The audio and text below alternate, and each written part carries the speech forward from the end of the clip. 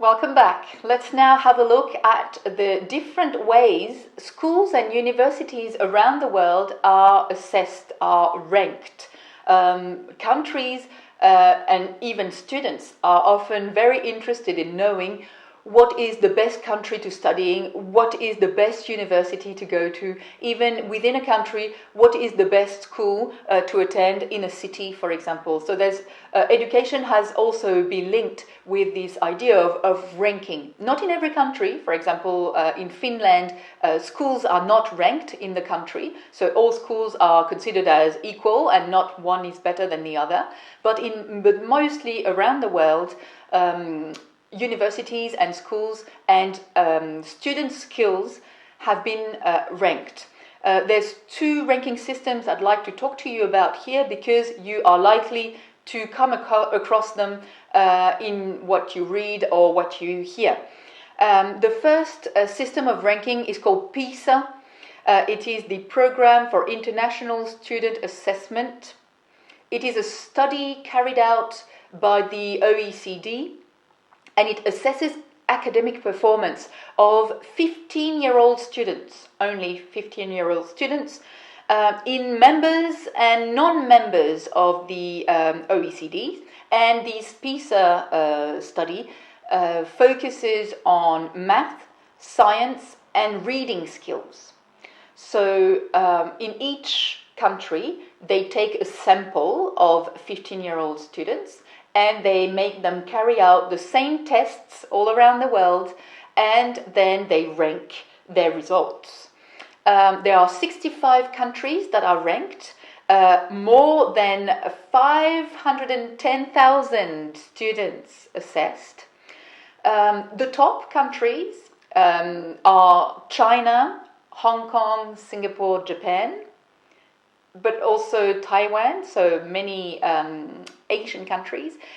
But it's interesting to say that Finland is also one of the top PISA, has the top PISA rankings. So the first European country is Finland, which has, as we will see in class, a very different school system to the Asian school systems. The way they consider students and what they focus on is very different, yet they both Asian countries and Scandinavian countries, such as Finland, rank very highly in math, science and reading skills for their 15-year-olds.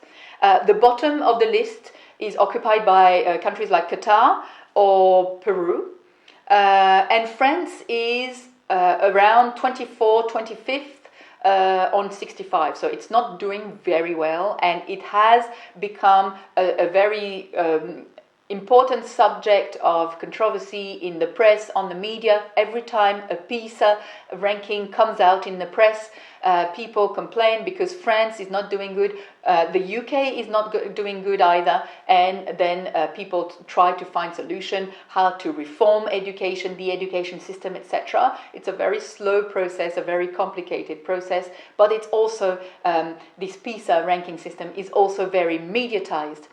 Some countries, for example, decided that they wanted to do better at PISA.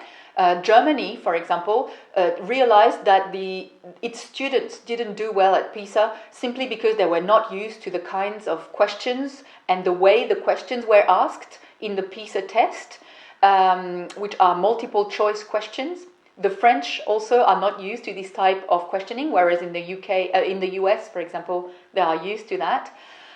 So Germany decided to train its students heavily in the way of the PISA tests, and now Germany is doing better. So there's a lot of controversy about the validity and the legitimacy of such tests and such rankings as well.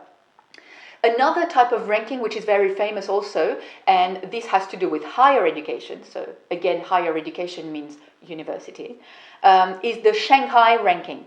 Why is it called the Shanghai ranking? Because it's a ranking published by the Shanghai University in China. And it's the academic ranking of world universities. It takes into account different things like the number of Nobel Prizes that a university has come up with, the number of Fields medals, which is the equivalent of the mathematics Nobel Prize, The articles published in famous scientific journals, etc., etc. The top are American universities, Harvard, Stanford, the MIT. The first French institution is in fact 35th, in a 35th position. It's not doing very well, but the first French institution is Université Paris 6, Université Pierre et Marie Curie. Some people say a reason why the French are doing so bad at the Shanghai ranking is that the best higher institutions in France are grandes écoles.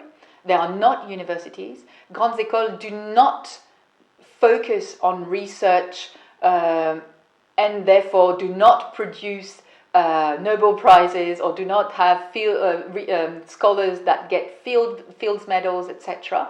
So that's why some people say, because this Shanghai ranking only looks at universities, it is not the best system to assess the French higher education system, because the best students usually go to grandes écoles and the best teachers are supposed to be there as well. However, they do not do research, they do not produce research material, not as much as the universities. So that's a controversy that is around the Shanghai ranking in France. There are questions that you should start asking yourself when dealing with education. I hope this introduction started to make you think about different things, to see education in maybe different ways than what you are used to in France. There are many important aspects, such as the price of studies, such as what schools should focus on, etc., etc. On the website, I've put a list of interesting questions and vocabulary attached to those questions under the title Food for Thought. And also you'll get on the website, as usual, many videos that present you all kinds of different schooling systems, all kinds of different ideas on education. So make sure to watch those videos, to read this Food for Thought and to start thinking about it. Of course, when you start looking for articles in the press for the weekly news, you can use all this to comment on the article you have found. That's it for this, again, very brief, very general presentation of the topic of education. I'll see you in class to put all this into practice and to ask and answer your questions. See you soon. Bye.